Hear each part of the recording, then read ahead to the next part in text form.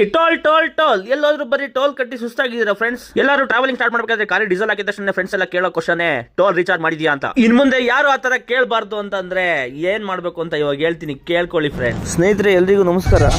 Hi friends, ಇವತ್ತು ನಮ್ಮ log ಶುರು ಆಗಿ ಟೈಮ್ ಎಷ್ಟು ಗೊತ್ತಾ? 5 o'clock.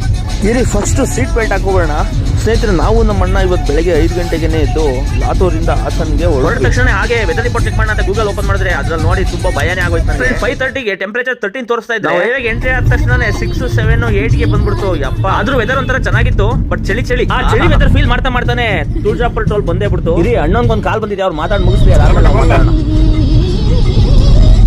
हाँ चाबी वो बाटली के पास चाबी लिए क्या? गाड़ी खड़ा है ना बाहर स्कूटी एक। हाँ ठीक है, मगर वो चाबी मिला क्या? हाँ ठीक है बेटा, उसको ऐसे